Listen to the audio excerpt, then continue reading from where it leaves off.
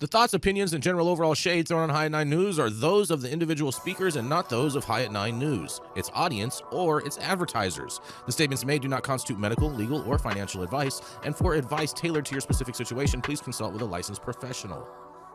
Welcome to the High at 9 News Hour, where you will hear from cannabis industry experts and professionals from around the country talk about important topics while shining light on global issues and discussing cannabis as it relates to politics, regulation and reform, data and technology, science, research and medicine, family and parenting, art, celebrities and entertainment, fitness, sports, mental health and wellness, and plant-based medicines and entheogenics. Together, we are building a stronger community, fighting the stigma and creating change. With your host, Jason Beck, joined by special industry expert correspondents from around the country, and daily antics brought to you by Cannabis. Coming to you live every Monday through Friday at 9 a.m. Pacific time and high noon on the East Coast. And thank you all for getting high at 9 with us.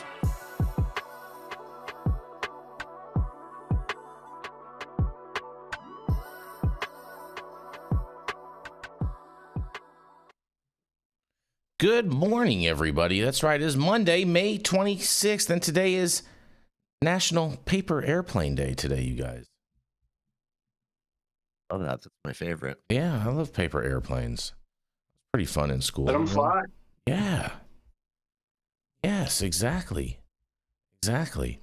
It's also National Blueberry Cheesecake Day today, you guys. Okay, I'll take that one. Mm-hmm. I think, we need an equal number of blueberries in every cheesecake, you guys. You need to count them? Weirdo. And, of course, that's right, you guys. It is Memorial Day today. Happy Memorial Day, everybody. And rest in peace to all those that have given their life to fight for our freedoms on this day. Everybody remembers that. Thank you for that. Yes. Yes, yes, yes. And on that, thank you all for joining us and getting high at 9 with us. It's also high noon on the East Coast. And please remember to like, share, and subscribe to us on all social media platforms. You can look up above and down below to see exactly where we live on the internet. And we are live every Monday through Friday on YouTube, Rumble, Twitch, X, Instagram, Facebook, Kick, as well as on our very own website at www.highat9news.com. So welcome to everyone joining us from any one of those platforms today, you guys. And we are going to kick it off, that's right, with Miss Jenny Beth Dills. She's the founder of Kind Cannabis and of Justice Served, a 501c3 that helps justice-impaired individuals get their lives back on track. That's right, it is none other than Miss Jenny Beth Dills. Oh, boy. All right, well, move over, hempcrete, because CBD is coming to a urethra near you. Researchers from the University of Bern in Switzerland and the University of Rome in Italy have developed a 3D printed stent designed to treat UTIs using CBD. The study was published in the International Journal of Pharmaceutics. The stent created using laponite alginate hydrogel is customized for the female urethra and infused with CBD-loaded microparticles to allow for slow, sustained drug release. Lab tests showed the device maintained its structure for at least 14 days while delivering localized CBD directly to the infection site. It also demonstrated prolonged antimicrobial activity against both gram-positive and gram-negative bacteria. Researchers say this targeted approach may reduce the need for systemic antibiotics, lower the risk of side effects, and help combat growing antibiotic resistance. While results are promising, the team notes further testing in large animal models, like pigs, is needed before human trials can begin. Still, the researchers conclude that patient-specific CBD-infused stents could one day offer personalized and powerful new way to treat UTIs.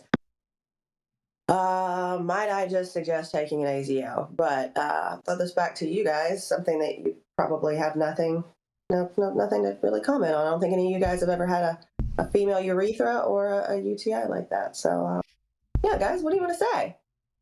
Jason picked this story.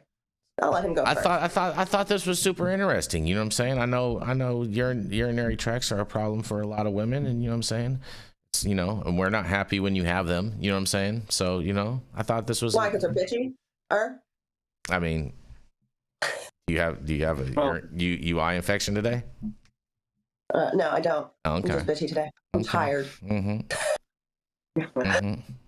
The Memorial Day weekend gone well. Yeah. And a good advancement, anything that shows CBD is beneficial for medicinal value for people to bring it more mainstream and more to it continues to prove this is a miracle plant. Mm-hmm. Mm-hmm. Michael always finds something helpful to say. I love it. He's good. He's a lawyer. Like you know what I'm saying? That's part of it, This is what he's trained to do. What do you think, Jesse Barney? Yeah, it's cool. I mean, it's interesting that it can target UTIs so specifically. Mm-hmm. I mean, it's just another case of cannabis doing so many different things, which is really incredible. I'd like to know who's shoving it up there. Hey, we had suppositories available in Florida before we had flour, so. Suppositories are great. Suppositories are amazing, but the urethra is I'm just going to stay out of this. You're going to stay out of it? Totally different. The only female staying out of it. Yeah, exactly. Yeah, I mean, it doesn't say specifically how they administer it, does it? It just says it's localized. No, it's a stent placed into the urethra. It's a 3D stent. They said they made it with like a 3D printer. Oh, so the doctor has to put it in there. Yeah. It's almost like a patch, right, for the inside. No, that's not continuously given medication. Just the continuous, administration of medication over multiple days. Mm-hmm. I mean, they got a picture. You guys want to see the picture? They do have a pretty good picture. Picture in the article. Yeah. Here we go. Mm-hmm. Oh yeah, that's fun. Nice. There we go. That's really fun. Says stop. I'm sure that's a really comfortable procedure to get that in there. Right, like just take an AZO, ladies. It's oh man, it's so much easier. Just take an AZO. It's a cranberry pill. So much easier. Well, and someone funded this study. Someone definitely did. Someone definitely in 2 countries. Mm-hmm. Yep. And on that, we're going to roll into our first commercial, and we are going to be right back.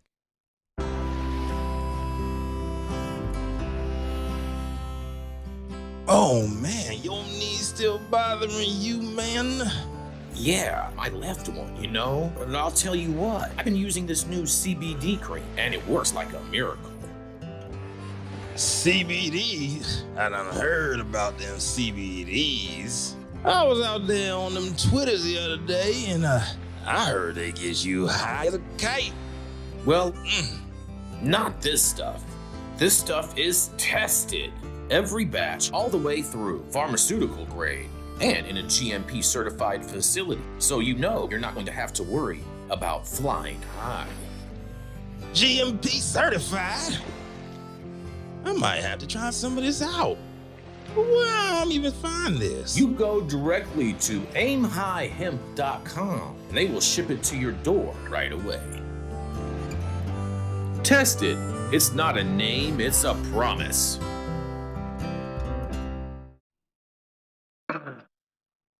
Yeah. Well. Oh, yes, Here and we we go. are back, you guys. And before we roll into our next story, I would just like to point out Nick Bradley also has a UTI, so we want to make sure that we acknowledge that men can also get them. But he also says let him piss on himself. He doesn't need a catheter. So, coming up with our next story, the High at Night head honcho, my best friend, and the newly 47 years old as of yesterday, Jason Beck. Mm-hmm. Oh, yes. Good morning, you guys. Good morning. Well, Texas representatives, they rally against the Senate amendment restricting medical marijuana expansion, you guys. That's right. An amendment passed by the Texas Senate to a bill expanding medical marijuana use in the state has significantly reduced the number of patients who would qualify, prompting strong opposition from Texas House representatives. The amendment attached to House Bill 46 narrows the scope of the Texas Compassionate Use Program, the TCUP program, which allows medical marijuana use for a limited number of conditions. Texas lawmakers are simultaneously working to expand the state's medical marijuana program while imposing stricter regulations on hemp products sold across Texas. A separate bill, Senate Bill 3, which equates to a near total ban on THC products, is nearing approval by Governor Greg Abbott. And SB 3 aims to close the loophole created created by the 2019 expansion of the hemp industry in Texas, which legalized the sale of combustible hemp products containing up to 0.3% Delta-9 THC. SB 3 was passed by the Senate, amended in the House, and reached its third and final reading earlier this week, which we all covered here on High at 9 News. And the House originally passed HB 46 with a vote of 122 to 21, aiming to broaden access to medical marijuana by increasing the number of eligible health conditions, allowing smokable products, and expanding the number of licensed dispensaries. However, on Friday night, the Senate Committee on State Affairs introduced an amendment that significantly reduced the list of applicable patients, undermining the House's efforts to expand the program. Representative James Tallarico expressed frustration, stating that the Texas Senate just gutted our medical marijuana bill. I wrote this bill for my brother who has autism and PTSD, and cannabis has literally saved his life. The Senate's amendment is a slap in the face to every Texan who relies on this medicine. Tallarico's comments highlighted the personal stakes for many lawmakers and patients who support the expansion of the TCUP program. Representative Gina Hinojosa echoed the sentiment, emphasizing the needs of veterans and other patients. And in a quote, she says, "The Senate's amendment to the medical marijuana bill excludes so many Texans who need access to this treatment, including our veterans."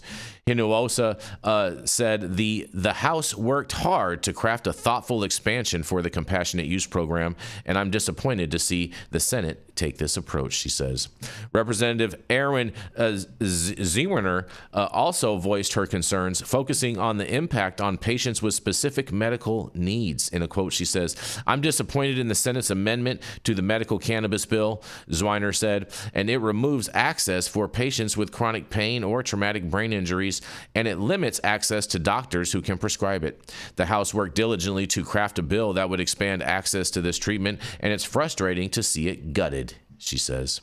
The Senate's amendment has sparked significant discontent among House members who argue that the changes undermine the original intent of HB 46, and the bill now faces an uncertain future as lawmakers navigate the differences between the House and Senate versions. And meanwhile, SB 3's progression towards a total THC ban underscores the complex and often contradictory landscape of cannabis regulation in Texas, you guys. Man, oh man, oh man, they're trying to go back on a deal that they already had done.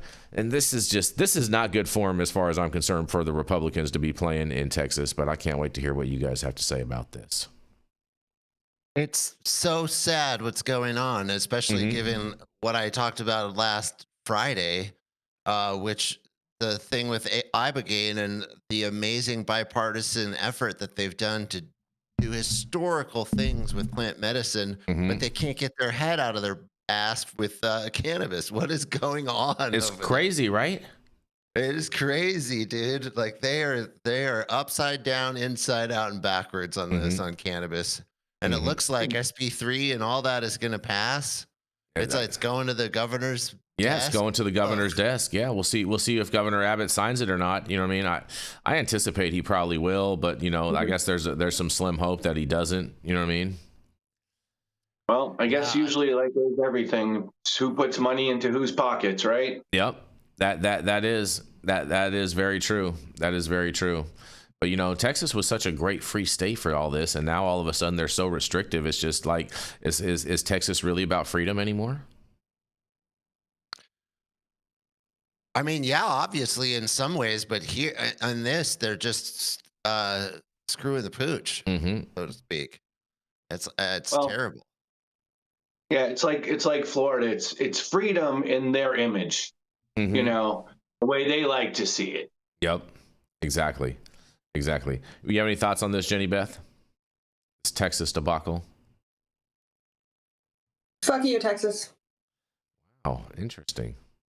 Yeah, it's ridiculous. I mean, like, hey, let's fuck up access more, and we already have a fucked up program. Let's just try and keep patients from getting things that will help them. While on the other side of our mouth, let's go do Ibogaine because we figured out a way to make money off of that one. It's interesting. I think there's a lesson to be learned from the Ibogaine thing. Somehow the way the messaging came across to the entire state really, really worked. And I think it was because it was focused on veterans. It was focused on how amazing the cure really is. and that it's not a street drug. It's not something that's commonly used. So Texans were able to get behind that. So there's a messaging thing there that could be learned, and I think they're just missing it on cannabis completely. Well, I think sometimes on cannabis too, there's such that old school stereotype that's been ingrained in people for years that doesn't really exist with ibogaine, and things of that nature. So I think that's why it makes that sometimes harder to get over that hurdle and that hump. I mean, we still have, our legislators, we had 71% pass legal medical. It's been 11 years here, and they still, think it's a Trojan horse and it's not really a medicine for people. So I just think there's some people that are just so ignorant and so brainwashed. It's just still disgusting. Mm-hmm. Well, and sadly, a lot of the reason that people feel that way is because a lot of medical programs we've kind of made a mockery of, which is really shitty and kind of our fault, right? Like it's like, I got my med card. Okay, well, some people actually need that med card because some people actually use this as medicine. I think the other big difference is smoking weed is fun. Doing ibogaine by yourself might give you a heart attack. So, those are very different things. That is very, very true, Jenny Beth. Very, very true. Very true. Well, we're going to keep this train rolling. I think we can end on time today, especially since it's a holiday. You know what I'm saying? Get everybody out so they can get some barbecue and whatnot. We're going to roll right into Mr. Michael Minardi. Michael Minardi is a lawyer in the great red state of Florida. He's been fighting for patients' rights for over 20 years, and you can find him at Minardi Law out there in the great red state of Florida. It is none other than Mr. Michael Minardi. Hello, everyone. Happy high noon on the East Coast. Happy birthday, Mr. Beck. Oh, belated. Thank you so much, nice Michael. To be here. Yes. Congrats. We had a great weekend this weekend at Cannabis. Yesterday, we had a golf tournament by Get Cherried for the veterans, going to our Tucana Foundation organization, which is a nonprofit that we do retreats, expungement clinics, and stuff like that for the community, mostly centered around veterans. And so we're going to talk a little bit about that today. And this is a lawyer who sued the federal health agency over marijuana rescheduling will now work. They're focusing on psychedelics. So we may have some real shift here in the federal government with this new administration. An attorney with a history of suing top federal agencies in pursuit of marijuana and psychedelics reform and government transparency is joining the Trump administration under HSS Secretary Robert F. Kennedy Jr. as Deputy General Counsel. Matthew Zorn, who is well known for taking HHS and the Drug Enforcement Administration to court under both the Biden and Trump administrations, while representing scientists, veterans, and others to advance reform issues, will now be uniquely positioned to promote key policy changes, including those that align with other top administration officials who have recently advocated for within agencies such as the U.S. Department of Veterans Affairs. Two sources familiar with hiring of including one said Zorn is at least internally being referred to as the psychedelic czar within HHS. Zorn will be assuming a critical role, and he was specifically recruited with the intent to have him spearhead the agent's psychedelics policy work. The sources said Kennedy has personally advocated for ambitious reforms around plant medicine, including at one point as Democratic presidential candidate calling for legalization of psychedelic therapy. But beyond the novel nature of the psychedelics role with himself, with the federal government, what makes Zorn an especially notable hire at HHS is the fact that he has been one of the most high-profile attorneys in the drug war policy for his aggressive and frequently successful efforts to hold HHS, DEA, and prior administrations accountable when it comes to issues such as marijuana rescheduling and psychedelics therapy access. This included national headline making extraction of HHS scientific review into marijuana and its recommendation to reclassify cannabis via a Freedom of Information Act lawsuit. That is a 252-page document that shows that cannabis shouldn't be a Schedule I substance. On the psychedelic front, Zorn has for years represented a Washington state doctor seeking to legally use psilocybin to treat cancer patients in end-of-life cases. In February, a federal appellate court sided with the DEA in the case, rejecting the plaintiff's latest arguments. Zorn has also been a central figure in the push to move cannabis from Schedule 1 to Schedule 3 under the Controlled Substance Act, and he represented a coalition of doctors that sought to suspend the administrative hearings on the currently stalled process that was initiated under the Biden administration. Last November, he sued a lawsuit against the DEA for allegedly violating federal public records laws, requesting the court compel the agency to disclose communications with a prohibitionist group during the marijuana rescheduling process. Questions about the DEA's actual stance on the proposed rule have been a source of contention throughout the proceedings, and we know that it has caused a lot of problems and there's been a lot of corruption with regards to that process. There's a bit of irony underlying the Zorn's new federal role, as he has hounded government lawyers across multiple agencies with Freedom of Information Act requests, may now find himself on receiving end of filing seeking greater transparency about the Trump administration's plans on psychedelics and cannabis. His evaluation to assume a key role with the administration is part of the theme during President Trump's second term, with multiple top officials advocating for research and access to psychedelic medication, particularly as it concerns veterans with serious mental health conditions such as PTSD and TBI, traumatic brain injury. For example, the head of the Food and Drug Administration under HHS said recently that exploring the therapeutic potential of psychedelics such as psilocybin and what we just discussed, ibogaine, as a top priority for the Trump administration. This really excites me if it happens, right? Especially when it comes to helping military veterans grapple with trauma from being sent to fight unnecessary wars.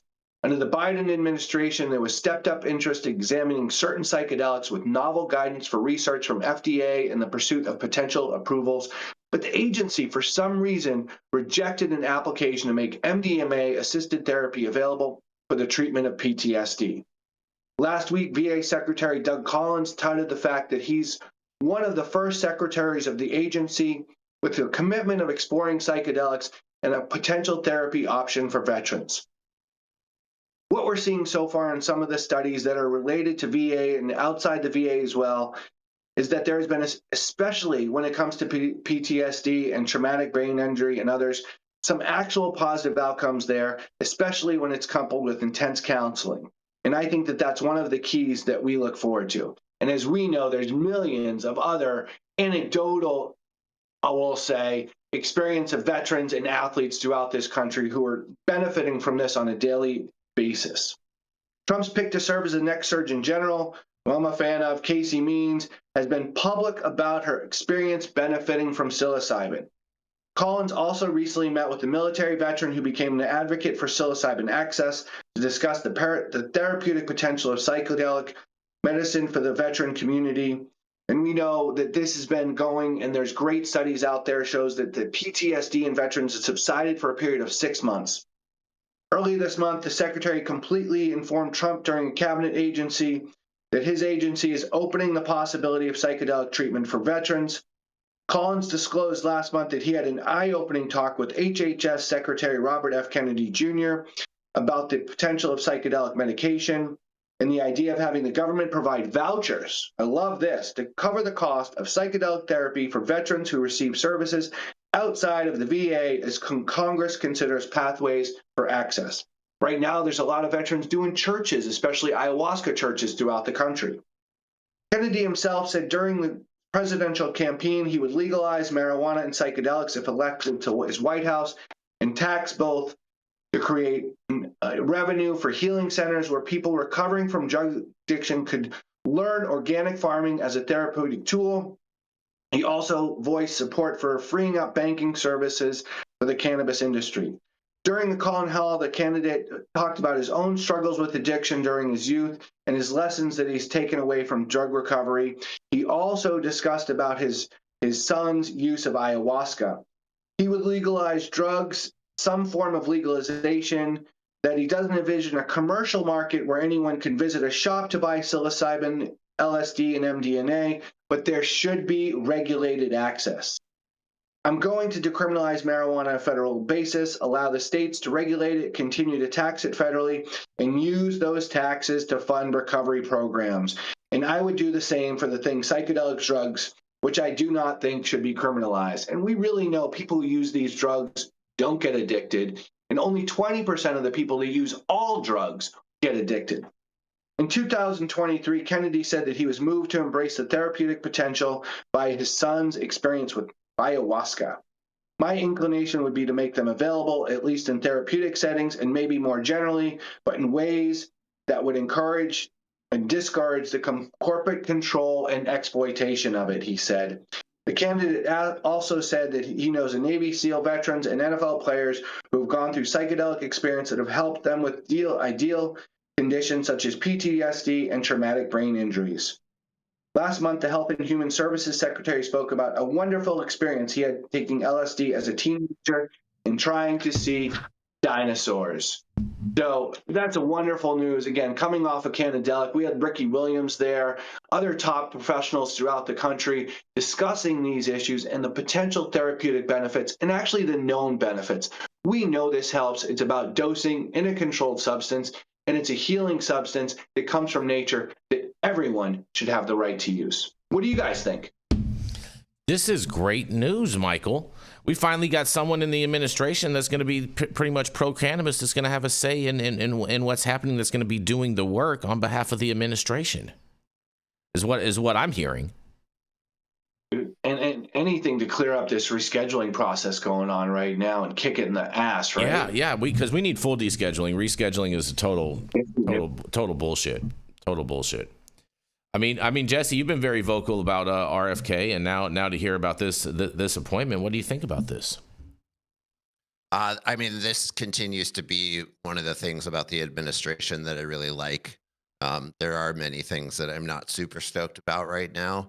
I'm not super stoked about the wars and the way that things are being dealt with, and I'm not incredibly stoked about some other things. But this front is one of the reasons that I think that this administration is really shining, and it continues to shine. It continues to bolster the type of people that I want to see that have a lot of amazing things to do, but they have great opinions about plant medicine. I mean, Casey Means being nominated as the Surgeon General, having very publicly stated that she's had amazing experiences with psychedelics and that they changed her life and woke her up to the whole Maha movement. And then you have Zorn and you have Robert F. Kennedy has been saying kind of the same things about psychedelics and cannabis for 20 years. So it's just there's a team of people here that have really great opinions, and or at least opinions that are much more aligned with most of us. So it looks good. The future of plant medicine in America looks really good. Fair enough. No, I'm really excited about it personally. I think this is a great appointment. I feel like I've met him over the years, but I can't remember exactly when or where this was. But his face does look super familiar. So it is possible. But I think this is a fantastic story, and I'm so glad that you covered this today, Michael. This is great news for Memorial Day weekend, especially for our veterans and whatnot that want to get access to psychedelics and cannabis treatments and whatnot. This is a fantastic break. Yeah. You know, I loved it. It was such a positive article, especially coming off of a great weekend at this event, Cannadelic, which fuses the psychedelic and cannabis community, and all the work that we do with veterans. And then yesterday we had the golf tournament that, again, they donate to our nonprofit, the Tucana Foundation, and we do health and wellness retreats for veterans. So I just thought this article was just so awesome. Our veterans are so integral to our freedoms here in this country, and over the years they're one of the biggest populations of groups that I've represented in both cannabis cultivation cases and psychedelic cases, using these medicines for their own personal use before it was legal in this state. Represented veterans in Kansas and Oklahoma before it was legal, and it's just a travesty that they fight for our wars. The horrors and the things that they see and that they go through, the brothers that they lose, fighting for our rights, and then come here and not be able to use plant medicine. It just makes me sick. And this just is so exciting to me for the healing of our society as a whole, I think. Yeah, no, most definitely. Most definitely. And on that, we are going to roll into our next commercial, and we are going to be right back.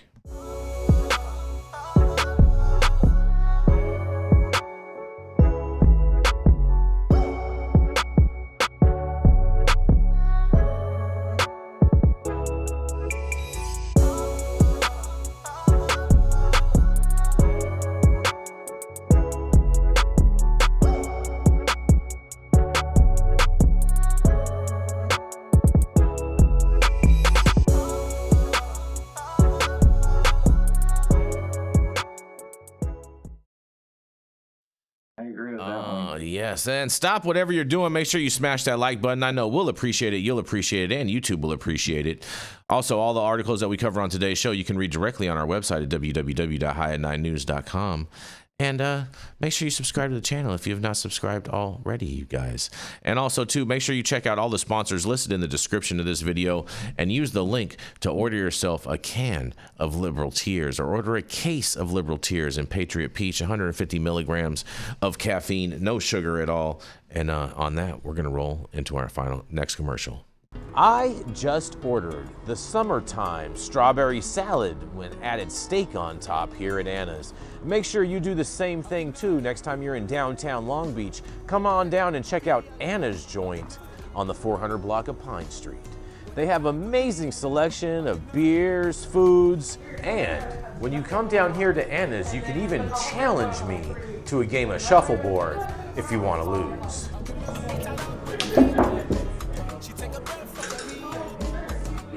Get that? So, next time you're in downtown Long Beach on Pine Avenue, make sure you stop by Anna's Joint on the 400 block. Not only do they have Anna's Joint, this restaurant and bar, but they also have the amazing deli next door, and then next door to that they have a very exotic flower shop. You may want to stop by and say hi.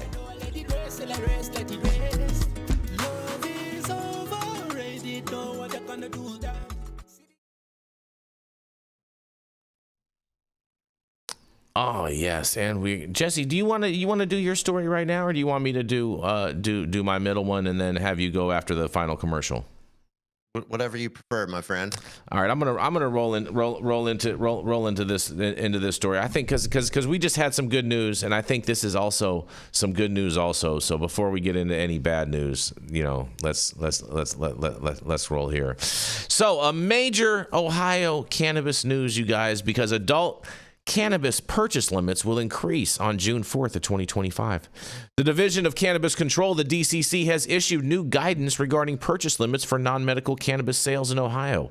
The changes will take effect on June 4th of 2025 and will apply to all licensed dispensaries statewide, you guys. Since the start of the adult use cannabis sales in August of 2024, Ohio's cannabis market has shown the capacity to support both medical and adult use consumers, and the DCC emphasized that while dispensaries are permitted to dispense the maximum allowable amounts under state law, they are not required to do so. New limits for adult use cannabis consumers are 2.5 ounces of dried cannabis plant material per day, and that they say is vaporization ready only, you guys.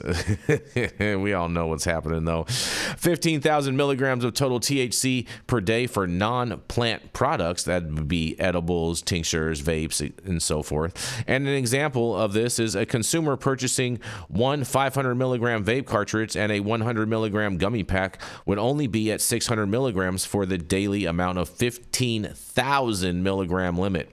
Medical marijuana patients, however, are not impacted by these changes and will continue to follow the existing 90-day supply structure per Ohio Administrative Code 3796 7-2-04 and 3796 8-2-04, and dispensaries must prioritize supply for medical patients and continue to report those sales to the OARRS prescription monitoring database.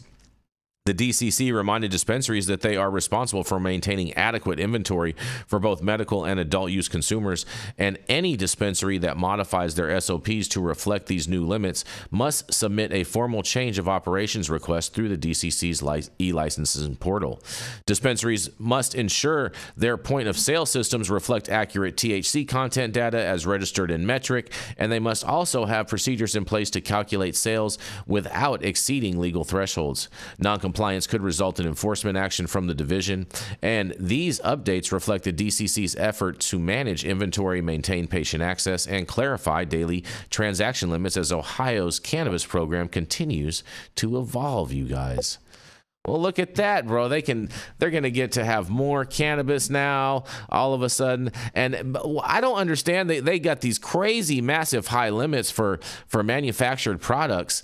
And I think that's great that patients can be able to, and customers can be able to buy that many. But 15,000 milligrams a day, like that's a lot to purchase. Are they just trying to really just push sales towards vapes and edibles and whatnot, and try to steer people away from flower with these types of regulations? I don't know. What do you guys got to say about this? Is that 1,500 grams? 15,000 milligrams, Jesse. So basically, I know, is that 1,500 grams? Well, no, it has nothing. It has only to do with vapes, with edibles, tinctures, those types of products. I know. Yeah, he's converting. That's why I'm converting. I'm asking if it's. I can't remember. 150, right?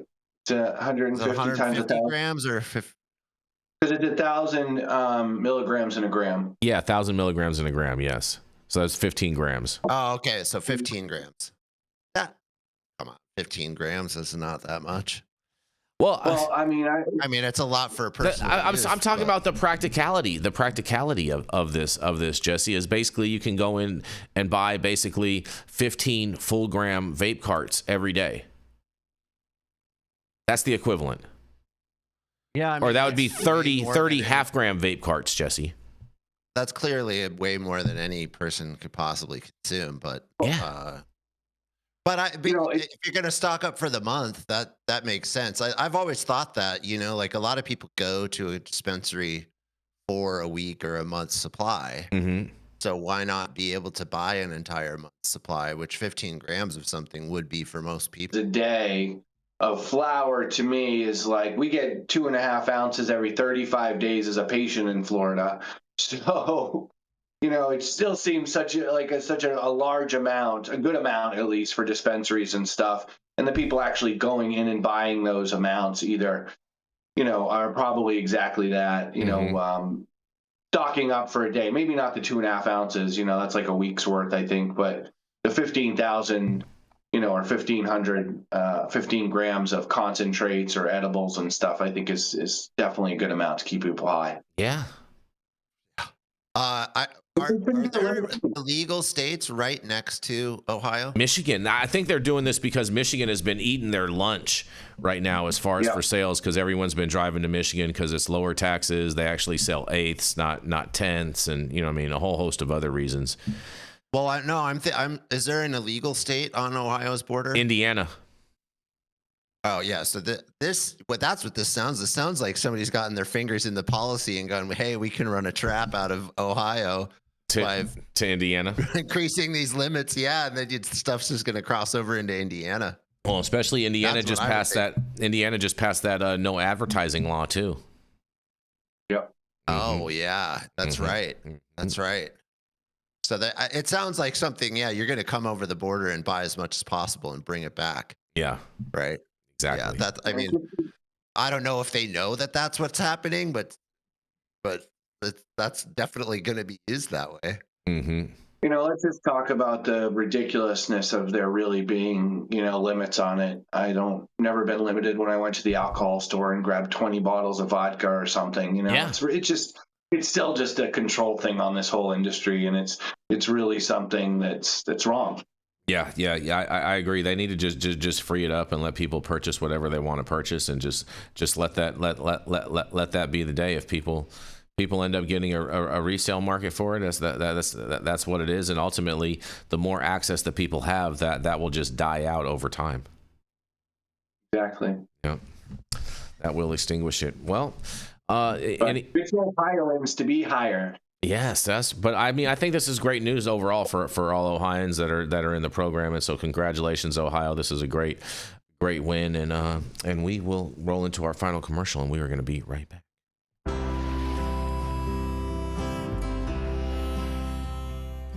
Oh man, your knees still bothering you, man?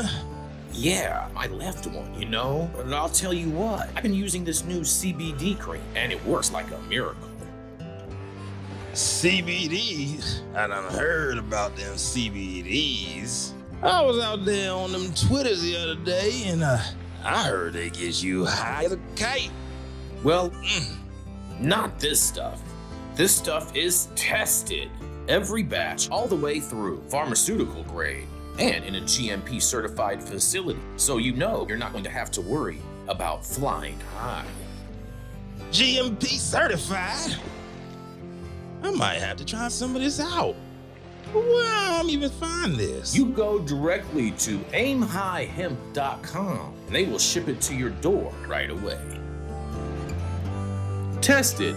It's not a name, it's a product. Interesting group that was at Cannadelic this weekend. Interesting. Selling all kinds of stuff. Getting it. And we are going to roll right into Mr. Jesse Barney. He's the founder of Barney Design Co., a company that helps highlight brands, help you with your branding, and help you find yourself if you want to be a brand. That's right. It is none other than Mr. Jesse Barney. All right. Thank you, Jason. My story comes out of Massachusetts this morning, and it is new Cannabis Commission director wants to stay out of the headlines. Talk to Travis Ahern, and he sounds, to put it bluntly, like a slightly boring government functionary. That's not a bad thing. In fact, that's probably exactly what a state government agency executive director should sound like. The catch is that Ahern is the new executive director of the Cannabis Control Commission, and the cannabis tends to attract personality. The clashes between former executive director Sean Collins and former commission chair Shannon O'Brien are the stuff of workplace complaints and litigation. The agency has made headlines for its extraordinary staff turnover, fueled by allegations of workplace bullying. The agency has failed to accomplish basic operations like fee collection. The state inspector general called for putting the commission in receivership, calling it a rudderless agency without a clear indication of who is responsible for running its day-to-day operations. So perhaps a man who doesn't have strong feelings about cannabis policy, he said he personally doesn't use the drug, and who is comfortable discussing the mundanities of arcane government procedures is the right person for the job. While Ahern was willing to sit with me recently for an hour-long interview at the commission's Worcester headquarters, or Worcester, that's probably how they pronounce it in Massachusetts. None of his, it should be Worcester, right? None of his comments would make headlines, and that's intentional. Ahern said he'd like to see more stories about cannabis policy, not the foibles of its regulators. I don't want to see stories about commissioners and staff, Ahern said. I'd like to think we're beyond that. Before coming to the Cannabis Control Commission in March, Ahern, who lives in Wayland, worked for 4 years as the Holliston Town Administrator. He was previously Policy and Finance Director for the Massachusetts Water Resources Authority Advisory Board and has worked in municipal government finance jobs in Danvers and Weston. Ahern was the commission's second choice after David Lakeman turned down the job. Ahern told me he was drawn to the job because it's a quote-unquote policy-rich opportunity. He wasn't scared by what he sees as growing pains of an agency that was formed just 8 years ago to stand up a completely new industry. His last task in Holliston involved determining how to switch from a town administrator to a town manager format of government, and he sees that as a similar to the job he now faces finalizing and implementing a new governance charter for the Cannabis Control Commission, which the commission approved at a public meeting May 22nd. The goal is to clarify the authority of the executive director versus the commissioners, which has long been a source of friction. My focus is ensuring the governance document explains in the future, should there be a conflict that arises between the chair and the executive director, how that is handled, Ahern said. The commission itself is down from 5 to 3 members, with O'Brien's position tied up in litigation and Commissioner Neris Camargo's resignation more than 3 months before her term ends September 1st. But the agency has been replacing its senior staff, including hiring a new chief financial and accounting officer and a new general counsel in 2024. There are signs of progress. Rules to authorize long-delayed social consumption licenses, allowing venues like marijuana cafes and events, are expected to be promulgated in September. The commission has issued several administrative orders aimed at improving lab testing amid allegations of fraud. Ahern said he is hiring a consultant and is working with the testing labs and the state agencies to determine the best path forward to ensure accurate testing, possibly with a state-run reference lab. But challenges remain. While legislation gave the commission authority to review the host community agreements municipalities sign with marijuana businesses, questions have emerged over what happens when an agreement can't be reached that complies with state law and whether businesses can sue over excessive fees retroactively. Ongoing litigation involves 3 dispensaries in Great Barrington could decide these issues. The industry has long struggled to ensure that entrepreneurs from communities disproportionately affected by prior enforcement of drug laws can enter the industry. Ahern said the commission is extending an exclusivity period for social equity licensees in delivery businesses, and the start of social consumption will provide another entry point restricted to social equity participants. Ahern sees his top challenge as convincing the legislature to increase Governor Maura Healey's proposed $19.88 million budget for the agency in fiscal 2026, a figure that's been flat since 2024. That seems like a lot of money to run an agency. Ahern argues that it will be impossible to implement needed reforms, particularly improving the agency's information technology system without a budget increase. But with the budget heading into a conference committee, both the House and the Senate agreed to keep the budget flat, leading Ahern to impose a hiring freeze within the agency. Understandably, lawmakers are hesitant to increase the budget for a troubled agency, but Ahern has plans to proceed with a procurement process so the project is ready whenever funding becomes available. Ahern wouldn't offer personal opinions on hot issues. He won't say if he supports lifting a cap on the number of cannabis licenses one business can own.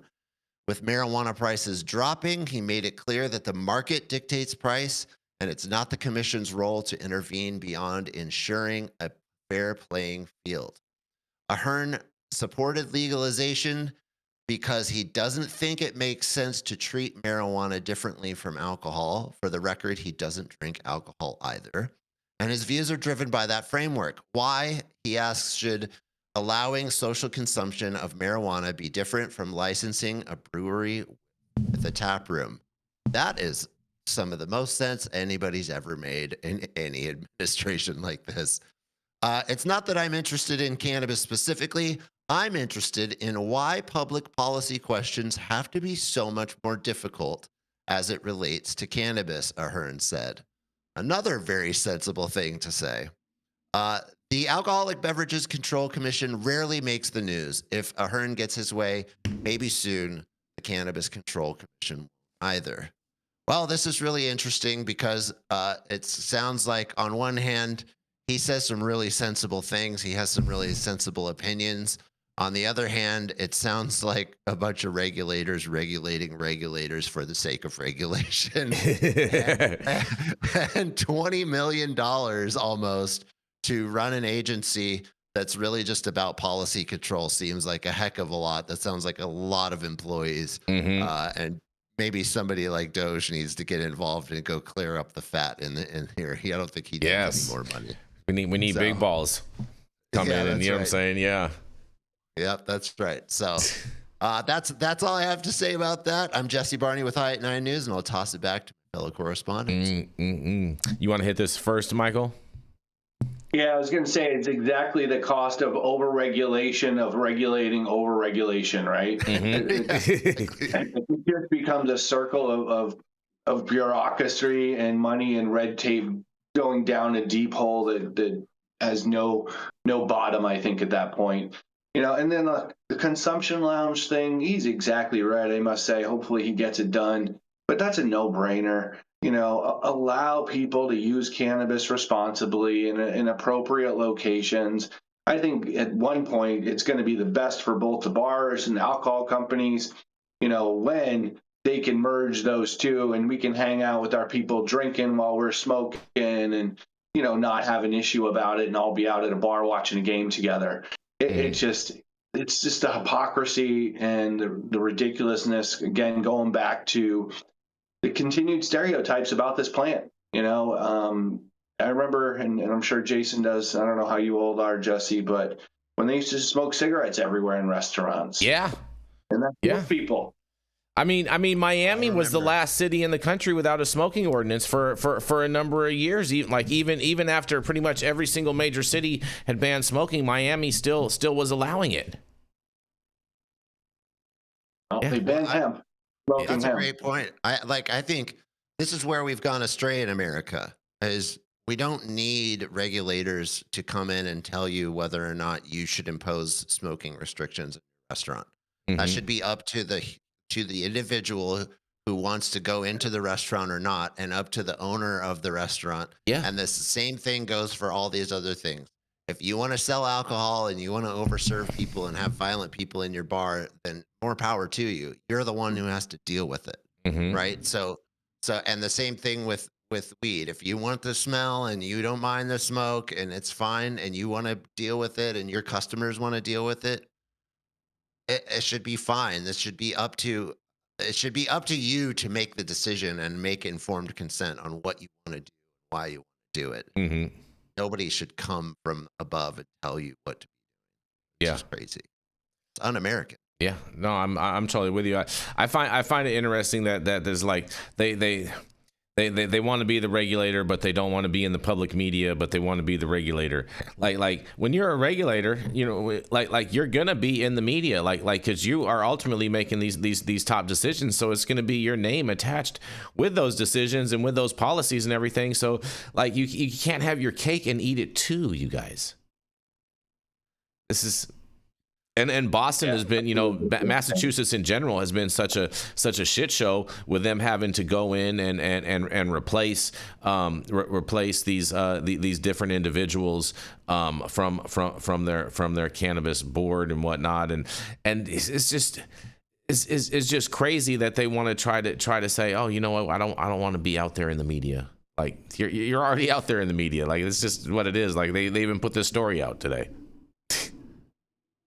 Yeah, I mean, it does make sense that he wants less controversy, right? He wants. Well, that'll come from the policies that he implements, though, Jesse. That's not going to come. Right. That's not going to come from his requests. Well, I think that's what his point is, right? That was his point, is that he wants to create policies that smooth the waters. And it sounds like he does have, a good head on his shoulders, at least as far as some things. I mean, if he's looking at it like, hey, a brewery can serve beer, so why can't a dispensary serve joints and you can smoke them on site? Like that just it's common sense. Yeah. So that's good, right? And if he has other ways of looking at things that are sensible like that, that's good. The money thing is, it's like, dude, it sounds like somewhat you're grifting. Yeah. Or you're trying to provide jobs. You're basically pulling a Harry Anslinger. You're just trying to provide jobs for your homies and get a bunch of extra money out of the budget. So.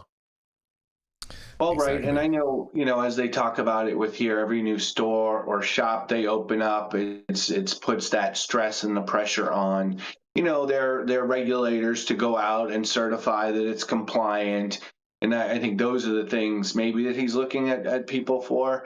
But, we need those super processes that are there, especially for, these types of lounges, as opposed to, an alcohol or tobacco store, places, serving food.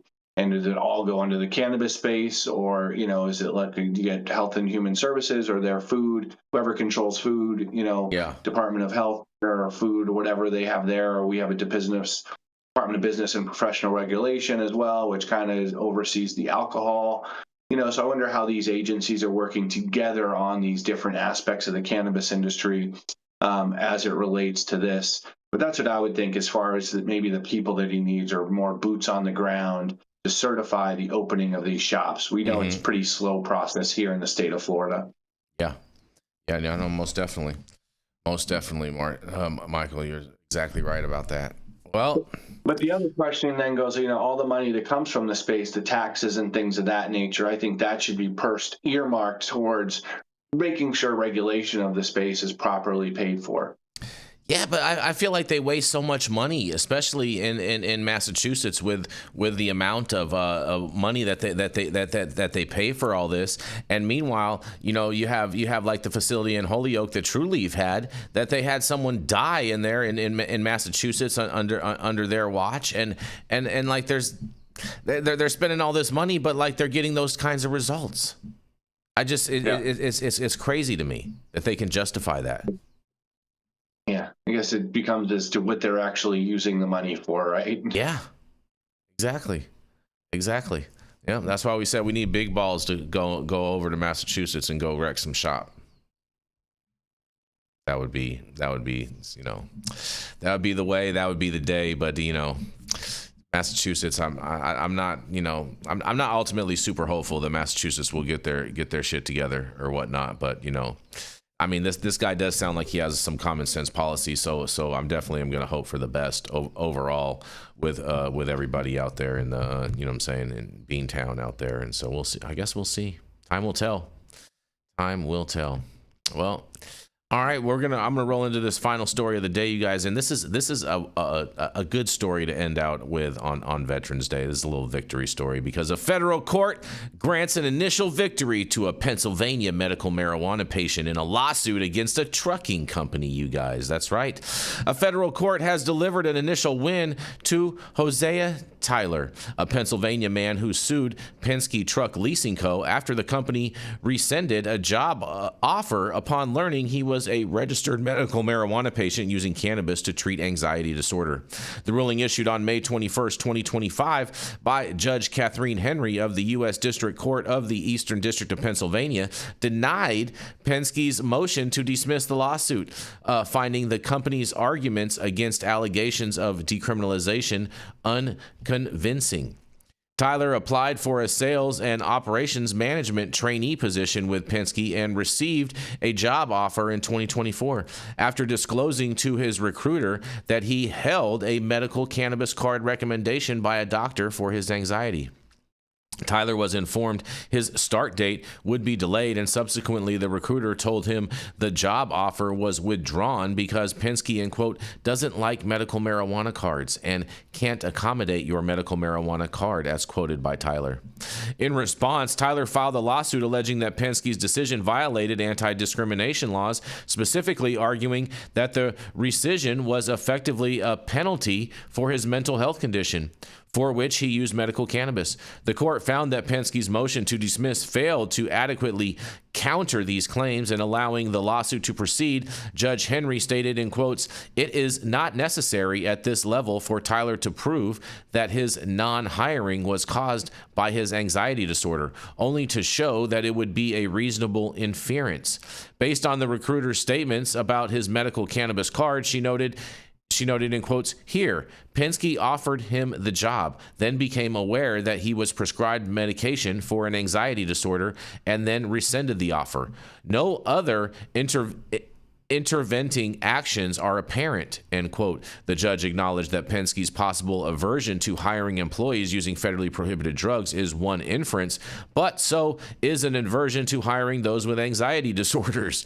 The ruling does not assert that Penske was legally required to accommodate Tyler's medical cannabis use if hired, and there was initial confusion about whether the role involved operating commercial vehicles, which would prohibit cannabis use under federal law. And however, the lawsuit's core issue is that Tyler was never tested for marijuana. He disclosed using cannabis about a week before the offer was rescinded, but stated in quotes, he was not currently using at the time of his non-hire termination. Judge Henry ruled. And in another quote, the scant information is not enough to determine that Tyler was unqualified to drive and at the time of the rescission, allowing the case to move forward for Penske to address the discrimination claims. The case follows a related Pennsylvania federal court decision in March of 2025 where Judge Robert J. Colville dismissed a disability discrimination claim under the Pennsylvania Human Rights Act, the PHRA, for a job applicant whose offer was rescinded after a drug screen due to medical marijuana use. The court cited a 2020 Commonwealth Court decision and Harrisburg Area Community College versus Pennsylvania Human Rights Commission that medical marijuana use is not a qualifying disability under the PHRA because it remains illegal under federal law. And however, Colville allowed a claim under Pennsylvania's Medical Marijuana Act, suggesting that employers may not refuse to hire based solely on medical marijuana cardholder status. The broader context highlights ongoing tensions in the trucking industry, which faced a shortage of about 80,000 drivers in 2024, and partly attributed to the Federal Department of Transportation's zero tolerance drug policy, including for marijuana. A 2022 study also found that CBD-rich marijuana had, in quotes, no significant impact on driving ability, despite participants exceeding THC blood limits, you guys.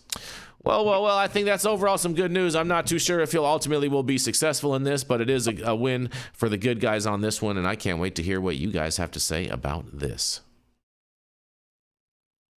This is great. Right? Right? Yeah, I mean, he shouldn't have been discriminated against for his cannabis use.